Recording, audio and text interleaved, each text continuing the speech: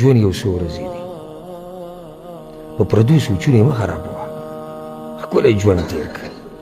څه چې در الله درکړي د هغې نه مزه واله. ما لیدله درکړی دی ویې لګوه، ویې خوره، په بچو، په ملګرو، په ښځه، په مور پلار د الله په دین یې ولګوه، چکرې ووه، مزې وکړه، د الله بندګي وکړه.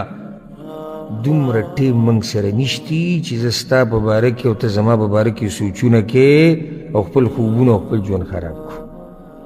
سبا له به یا زه نه یم یا به ته نه. نو اوس په دې مختصر ژوند کې اوس څه چل وکړو؟ په یو بل پورې وکړو، یو بل ته زړونه دغه کړو. زړونه صفا ساتئ.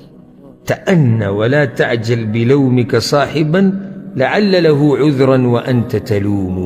وی صبر کوه، صبر ډایرکټ سړی مه ملامته کوه، کیدای شي د هغه سره څه وزري تا اورېدلی هم دی. نو زړونه صفا ساتل دا د مؤمنانو خوی دی.